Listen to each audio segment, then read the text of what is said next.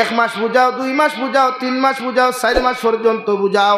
যখন কুরআন নামক মেডিসিন আর হাদিস নামক মেডিসিন দিয়া বুঝাইয়া একজন শরীয়ত বিরোধী কার্যকলাপ ফন্নাওয়ালা মানুষের বাঁচাইতে পারতায় নাই, আমি নবী মুহাম্মদুর রাসূলুল্লাহ তোমাদেরকে হইয়া দিয়ার 2 নম্বর তোমাদের দায়িত্ব ইয়ে থাকলো শক্তি প্রয়োগ করা, অর্থাৎ হাত দ্বারা জমিনের মধ্যে প্রতিহত করো।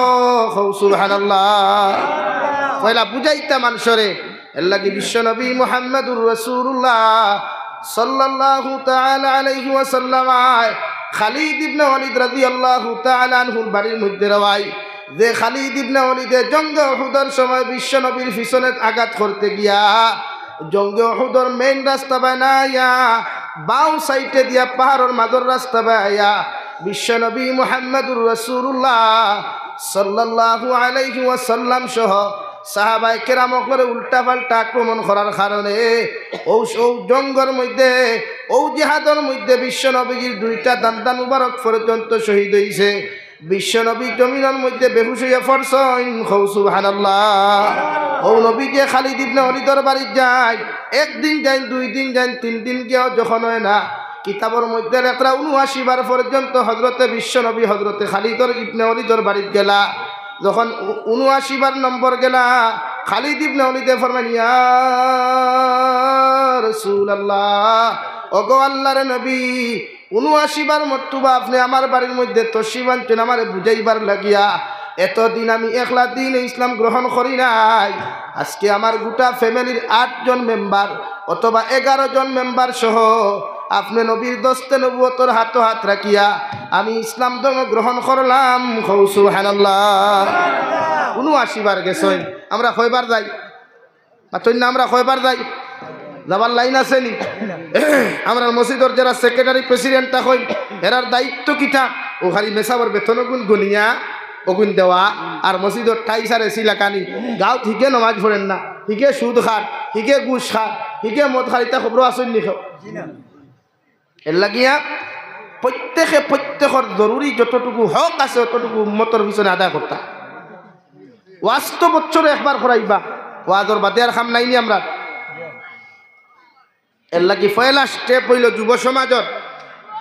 এই কমিটির খেখে আমি সিনিয়র না, তোমাদের পয়লা দায়িত্ব হইল যে সুদ খায় তার বাড়িতে গিয়া বুঝা কোয়া। এতে আপনি বুঝাইতে পারেন নাই, গাঁত মেসাব আসেন তো ইমাম সাহেব আসেন, থানে লইয়া গিয়া বুঝা কোয়া। সুদ খাইলে গুণা কিতা হয়, সুদে সমাজের ক্ষতি কতখান হয়, সুদে সমাজের কতটুকু ক্ষতি দেখা দিলায়, ই ব্যাপারে আপনার দায়িত্ব আপনারা গিয়া বুঝাইতা। মাত বুঝছেন নি কেন?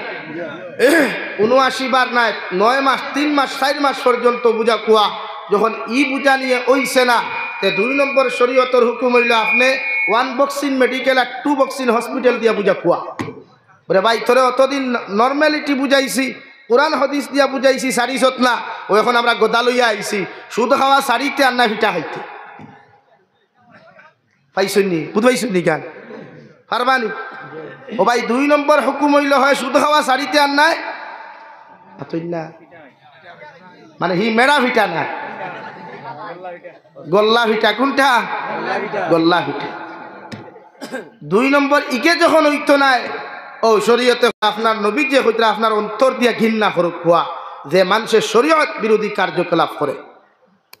এতে যদি লাভ স্টোরি হোক, অবৈধ প্রেম ভালোবাসা হোক, পরকিয়া নামক যন্ত্রণা হোক, মদ হোক, জিনা হোক, যেটা হোক, 3 নম্বর স্টেপ লোক কোয়া তারে সমাজটা কি বয়কট করুক কোয়া। সমাজ বুঝেন? যেমন ইনয় হামসায়া আছে তো আশপাশ, ও হামসায়াত পয়লা নম্বর স্টেপ আপনি লোক কোয়া কমিটি সহ মুরব্বী অকলর দোয়া লইয়া বলে আমরা এগুলোও তাকি অতখান করিয়া ই নোংরামিত তাকি বাঁচাইতাম পারছি না, এগুলোর কারণে আমার সমাজ ধ্বংস হয়ে যার। ও আমরা 3 নম্বর সিদ্ধান্ত লইলাম যে আইজ তাকে এগুলো ফ্যামিলিত কোনো মরক বাঁচক কিচ্ছু হোক, এভরিথিং কোনো লাইনে এগুলোর লোকের আমরা কোনো সম্পর্ক নাই। পারবানি? ও ওখান সরকুয়া।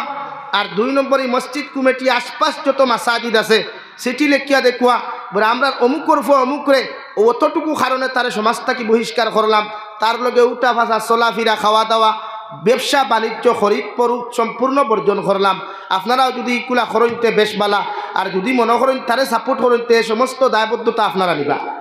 আমি জাবির হুসাইনে সামারি কুনার যুব সমাজের জলসাত কসম খাইয়া হইয়া যাইয়ার একদিন এই সিদ্ধান্ত লইলা কুয়া আর তার বাপ মরক এই এলাকার কোনো মেসাব জনতার যাওয়া বাদ দেখুয়া, হাবিচাপ জনতার যাওয়া বাদ দেখুয়া, হাদিসা বকল জনতার যাওয়া বাদ দেখুয়া, তার বাপর লাশ 2 দিন 3 দিন লইয়া পরীক্ষা করক ফর দেও, দেখবা 4 নম্বর দিন যেমতে তৌবা করব, নেক্সট টাইম এই এলাকার কোনো মানুষে নোংরামি করার সাহস পাইব না, পাইতো। নাম্বার 2 শরীয়তের মাসলা হইল সমাজের মধ্যে যদি কোনো মানুষের সুদ খায় তাহলে সুদকুরের জনতা সুদকুর দিয়া ফোড়াও। সমাজের কোনো মানুষে যদি জমিনের মধ্যে দিনা করে দিনাকুরের জনতা দিনাকুর দিয়া ফোড়াও। কোনো সুর যদি চুরি করে সুরের জনতা সুর দিয়া ফোড়াও।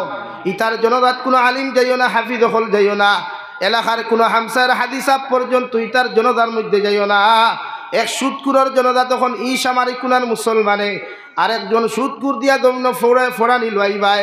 আল্লাহর কসম খাইয়া খুয়ার ই এলাকার মধ্যে কিয়ামত পর্যন্ত সুদকুর মানুষ টুকাইয়া ফাইতায় না, এ হৌ ঠিক কিনা? এর লাগিয়া সুদকুরের জনতা সুদকুর দি ফোড়াও। অন্য মাঠদের সময় তার জনতার মাঠো মানু আনবা, লাশ আনা হইব তো আনি আনলে তো দেখবা এ আস্তা জনতাতে একজন দাড়ি ভাঙনা মানু নাই, সাদা দাড়িয়ালা মানু নাই, মেসা বখল নাই, হাবিচ্চা বখল নাই, বাইরা মানুষ তো আইবা নানি। এই এদুকার করবা এই হেতের জনতা খেডা হরাইতো সুজা কইবা বলে হেতের জনতা হেতি হরাইব বলে হুজুর কই বলে হেতে তো সুদ খায়, হেতে কো জনতা হুজুর কো না হরাইব বলে কেন বলে আঙ্গর এই দেশের মাসলা হইল হেতের সুদকুরের জনতা সুদকুরটাই হরাইতো, এই জন্য আঙ্গর উলামা সমাজ কেউ আহে নাই। কে বলে হেতে তো সুদ খায়, তনি জনতার তো খালি সামারি কোনো মানুষ থাকতো না, লালার মানুষ থাকবো, মাটিজুরির মানুষ থাকবো, হাইলাকান্দির টাউনের মানুষ থাকবো, রংপুরের মানুষ থাকবো। ইয়ার ইয়া ও এক জনতা খালি এক সুদকুর দি ভরাও। আপনারা কইটা নিয়ে এলাকার সুদকুতুকে হইবানি বাদে এই ব্যবস্থা খে করতো। এখন যারা বইয়া চেয়ারে বইয়া সিদ্ধান্ত আর ফায়সালা লইতো, ও যারা তার এক গড়ি করলো বয়কট করলো, ও যেগুলো বয়কট করলা ইকে বাদর দিন যদি তার বাড়ির 4 গড়ি উঠায় যেগুনতে ফায়সালা করিয়া তারা বার করিয়া দিলা, ইগুনতে দাওয়াত হওয়ার লগে লগে দেখবা তার বাড়ির সামনের টেবুলে বইয়া খালি সিনার হাত দি গড়া গড়া খতরা হাসান তে সমাজ পরিবর্তন হইল নি? এর লাগি ভাই ওয়াজ ফ্যাশন না, ওয়াজটা কি উম্মতে ফায়দা ভাইতো, কিতা ভাইতো ফায়দা।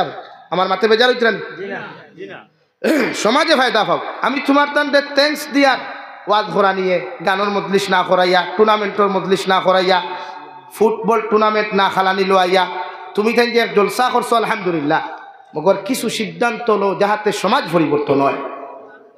এই যে আমার সমাজে নোংরামি বেশ না কম না, তুই না নোংরামি বেশ না কম, অশ্লীলতা বেশ না কম, বেহায়াপনা বেশ না কম, এগুলো বন্ধ করা দরকার না? এই সমাজটা কি অশ্লীলতা দূর করা দরকার, বেহায়াপনা দূর করা দরকার, বেনমাদির সংখ্যার সমানি দরকার। আজ ও সামারি কোনো বাজারও আজান হয়, মসজিদ কয়জন নমাজও দেয়, তো আজান হয় না? লাগি ভাই দিন বুঝইন। আজ গোটা বেইমান হলে গোটা দুনিয়ারে ক্যাপচার করে রাখি দিস। গোটা মক্কাতুল মুকাররমা তাকি সৌদি আরব তাকি লইয়া, আরব আমিরাত তাকি লইয়া গোটা দুনিয়ার 64টা মুসলিম কান্ট্রিরে কবজা করিয়া রাখিয়া আজ মুসলিম কান্ট্রি রাষ্ট্রপ্রধান হলে মাথা তুলিয়া কথা কইতে পারেন। মানে তারা পরাধীন হয়ে গেছে গিয়া, আমেরিকার মতো রাষ্ট্র, ইসরায়েলের মতো রাষ্ট্রের গুলাম হয়ে গেছে তারা। এর লাগে আজকে ফিলিস্তিনে মাইর খাট, সিরিয়ায় মাইর খাট, ইরাক আর ইরানের মানুষ অপদস্থ হইতরা, লাঞ্ছিত বঞ্চিত হইতরা, মুসলমানের পক্ষে আওয়াজ তুল ডাকেও নাই। এলাকি আমাদের ঐক্যবদ্ধ হওয়া দরকার, আমাদের ইমান জাগ্রত করা দরকার, আমাদের ইমান হযরত ওমর ইবনুল খাত্তাবের মতো ইমানের দরকার। পারবা তো ইনশাআল্লাহ? এলাকি প্রত্যেক মানুষ জাগ্রত হই। ও যুবক ভাই আইন মোবাইলের সময় কম দাও, মোবাইল বন্ধু না বানাইয়া কুরআন করিমরে বন্ধু বানাইয়া একবার দেখিলাও। মোবাইলটা বন্ধু না বানাই একটাবার আমার আল্লাহরে বন্ধু বানাইয়া দেখিলাও। আল্লাহ কি কসম খাইয়া খুইয়া গোটা দুনিয়ায় যেটা করিয়া দেখাইতে পারতো না, ওটা তোমার আল্লাহ তোমারে দেখাইয়া দিব ইনশাআল্লাহ। নারায়ে তাকবীর, আল্লাহু আকবার, নারায়ে তাকবীর, আল্লাহু আকবার, দ্বীনে ইসলাম জিন্দাবাদ, দ্বীনে ইসলাম জিন্দাবাদ। লাগি পারবা তো ভাই? দিন দিন দাখরই আল্লাহ কেউ আসতে আজ গোটা ভারতবর্ষ তসমস হয়ে গেছে গিয়া। আজ ভারতের মাসাজিদ, মাদারিস, মারাকিজ, মাকাতিব, খানকা, মাদারগুলা তারা ক্যাপচার করতে চায়। আজকে যদি মাদ্রাসা তারা লইয়ে যায় গিয়া, যেমন সরকারি মাদ্রাসা যেমন নিছে, এরা যদি আজকে সামারিকুনা বাজার মসজিদ, যদি মাটিজুরি বাজার মসজিদ এত অঞ্চলের মাজার কবরস্থানগুলো তারার ক্যাপচারে লইয়া যায়